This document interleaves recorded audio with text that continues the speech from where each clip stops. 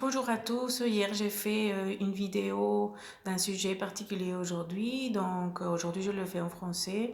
Je m'appelle Virginia Hernandez. J'utilise mon nom artistique Luna Rosa. Je suis artiste peintre, écrivain, créatrice de la trilogie Elle de liberté sans victimisation à partir de mes expériences. Donc, c'est une trilogie de croissance personnelle, de libération de la violence. Et aujourd'hui, je me charge d'aider les personnes, les victimes qui ont vécu la violence au foyer, dans l'entourage ou au travail, justement pour surmonter les blessures du passé. Et j'utilise plusieurs outils, entre autres l'art-thérapie et plusieurs biais. Donc aujourd'hui, je voulais vous parler de mon premier livre qui est Mariposa de un capo tejiéndola de libertad, Papillon d'un capot tissant des ailes de liberté, que voici la version française, réalisée par une amie artiste caféine. Donc ça c'est moi quand j'avais 20 ans, et ça 35 ans quand j'ai fui la Colombie pour me réfugier à Paris et fuir d'une violence très très forte, très dure, violence domestique avec un mariage imposé. Donc je raconte le parcours, la trajectoire pour me libérer et finalement donner des outils pour vaincre tout le, on va dire les séquelles de tout ce qu'on a quand on est victime, surtout dans notre tête et par rapport à notre passé. Donc c'est un outil vraiment pour se libérer et il y a un chapitre où je donne des outils vraiment, 7 pas pour se libérer. Et comme je dis toujours, c'est possible de vivre sans violence, c'est possible de se libérer. Donc je vais vous lire le premier pas que se trouve dans le chapitre, page 259, qui est là. Vous voyez? Donc c'est être libre, c'est possible, découvrir les étapes pour y arriver. Donc tout d'abord, il faut se guérir parce que tant qu'on est dans nos têtes victimes, on attire toujours des personnes qui nous agressent, soit dans le travail, dans l'entourage ou même au foyer. Donc il faut faire un travail d'introspection, de thérapie, de se rendre compte d'où ça vient, cette répétition, on va dire, du même schéma. Donc, dans mon cas, je viens d'une famille qui a vécu la violence par rapport à mon père, qui était un super papa jusqu'à un moment où il s'est laissé aller à cause de l'alcool et il a eu une faillite, donc il a perdu même sa famille. Donc, c'est à partir de là que tout a commencé et qu'on est vraiment comme une proie pour les prédateurs, on va dire. Et c'est tout un parcours et un chemin justement pour guérir, surmonter tous ces blessures, savoir les affronter et se libérer vraiment. Donc, il y a un premier pas que je raconte ici, que je partage avec vous.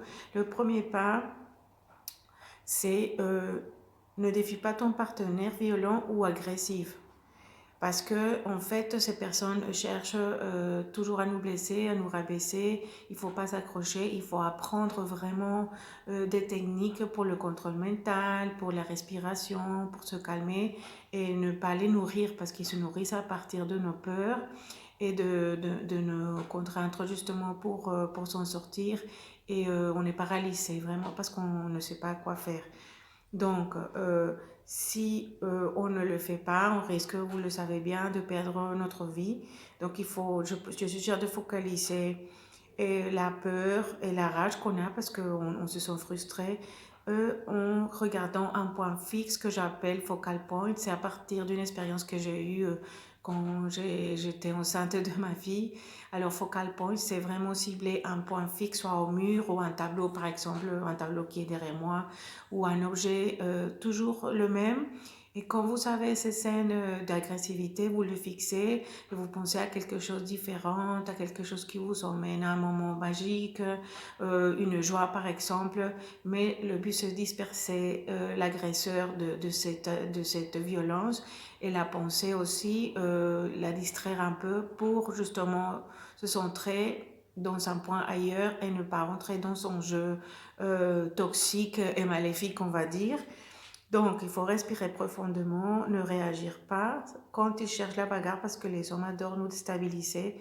Et puis, je parle aussi des femmes qui nous cherchent aussi, qu'on soit une chef ou soit une personne qui nous agresse ou soit des hommes se font agresser par les femmes aussi.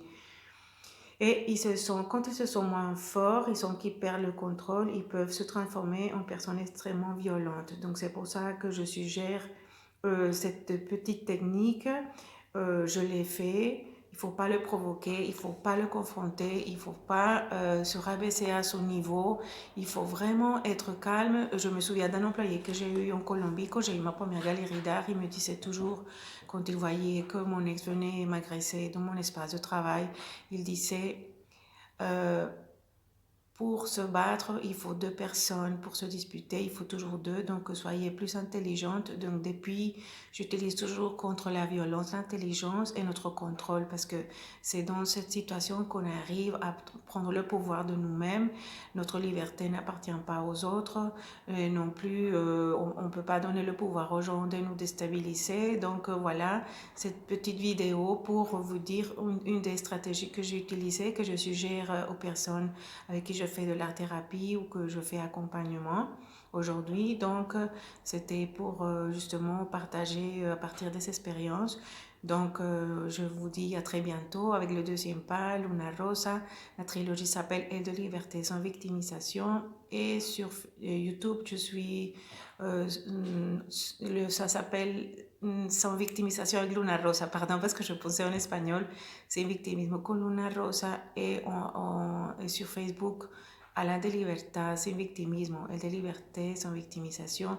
Si vous avez des suggestions, partagez des expériences par rapport aux relations violentes ou un vécu, on est là justement pour évoluer ensemble, pour se libérer. Et comme je dis toujours avec ma trilogie, je tisse des ailes de liberté avec plusieurs personnes parce que le but c'est justement se libérer, ne pas seulement de toutes ces personnes, de ce bourreau, mais aussi du rôle de victimisation. A très bientôt, Luna Rosa, et puis je vous embrasse. Hasta pronto.